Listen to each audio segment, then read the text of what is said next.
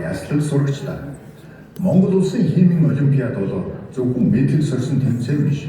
Харин ирээдүйн эрдэмтэн судлаачдыг төрүүлдэг онцгой эндэр билээ. Энэ эндэр дээрээс та бүхэнд химийн шинжлэх ухаанд амьдралаа зориулсан нэгэн эрхэм хүний замналыг хуваалцахыг хүсэж байна.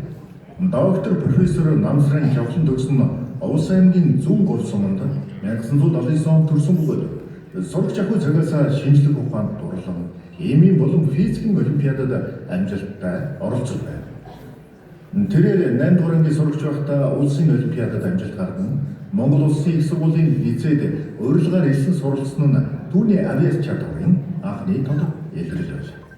Жавхлан төгсөн 1998 онд улсын химийн 9 дугаар олимпиадад төрүүлж алтан медаль хүртсэн. Энэ ялалтан зөвхөн нэг медаль бос цаашдын эрдмийн замналын эхлэл болсон байлаа. Тэрээр Монгол Улсын их сургуульд хим технологийн чиглэлээр бакалавр, магистрийн зэрэг хамгаалж, улмаар Япон улсын Йокохамагийн үндэсний их сургуульд инженерийн ухааны докторийн зэрэгээр амжилттай хамгаалсан. Судалгааны ажлынхаа хүрээнд биологийн мембран дахь бактерийн эсрэг пептидийн үйлчлэлийг молекул динамикийн аргаар судалсан нь орчин үеийн шинжлэх ухаанд үнэтэй хөв нэмэр болсон.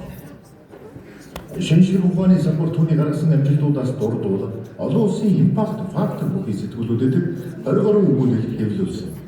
Нийтдээ 30 гаруй эрдэм шинжилгээний бүтээл төрөвсөн 2 патент эзэмшдэг. Английн эзэн хааны химийн нийгэмлэг болон Германы Ламберт академиар дамжуулан судалгааны бүтээлээ олон улсад түгээсэн. Олон улсын сэтгүүлүүдэд шүүмжлэгч редактораар ажилласан.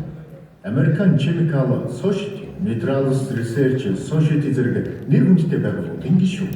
2002-оос 2007 онд анагаахын шинжлэх ухааны үндэсний их сургуулийн химийн тэнхимд багшилсан. Дүүнчлэн тэрээр Монгол улсад нано шинжлэх ухаан, нано технологийн салбарыг хөгжүүлэхэд анхдагчдын нэг болж 2008 онд анхны нано технологийн лаборатори төвийг үүсгэн байгуулагдаж 2014 оноос эхлэн энэ чиглэлийн бакалавр, магистр, докторийн хөтөлбөрүүдийг санаачлан хэрэгжүүлсэн. Монгол улсад 2008 оны 10 сард Монгол Улсын их сургууль дээр нано технологийн лабораторийг анх үүсгэн байгуулсан байдаг. Тавнаас хойш ингээд 10 гаруй жилийн ингээд явагдав.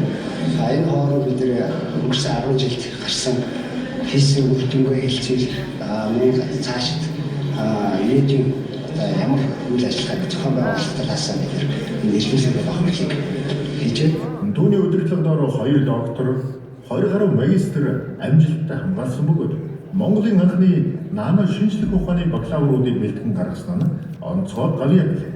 Мөн түүний хөдөлмөрийг үнэлж Монгол Улсын их сургуулийн шилдэг судлаач багшаар 4 жил дараалан SCI Paper Award, залуу эрдэмтдийн холбооны шагнал алтан медаль, Йокохамагийн үндэсний их сургуулийн нэрвжиж шагналууд зэрэг олон хүндэт шагналаар шагнагдсан байна. Эрхэм сурагчдаа та бүхэн өнөөдөр энэ танхимд сууж байгаа нь санамсаргүй зүйл биш. Магадгүй эндээс дараагийн улсын авраг, дараагийн доктор, дараагийн шинжлэх ухааны манлайлагч төрөн гарахыг үгүйсэхгүй. Нэгэн цаг та бүхний адил олимпиадын ширээнд сууж байсан нэгэн сурагч өнөөдөр Монголын шинжлэх ухааны хөгжилд үнэтэй хөв нэмэр оруулсан байна. Тиймээс та бүхний мөрөөдөл бодит болох бүрэн боломжтой. Хичээгээр, тэмүүлээрээ, асуугаараа, судлаарай. Шинжлэх ухаан бол төвчээр хөдөлмөрийн үр дүнд нэгддэг гайхамшигт ертөнц. Та бүхэнд амжилт хүсье. Ирээдүйн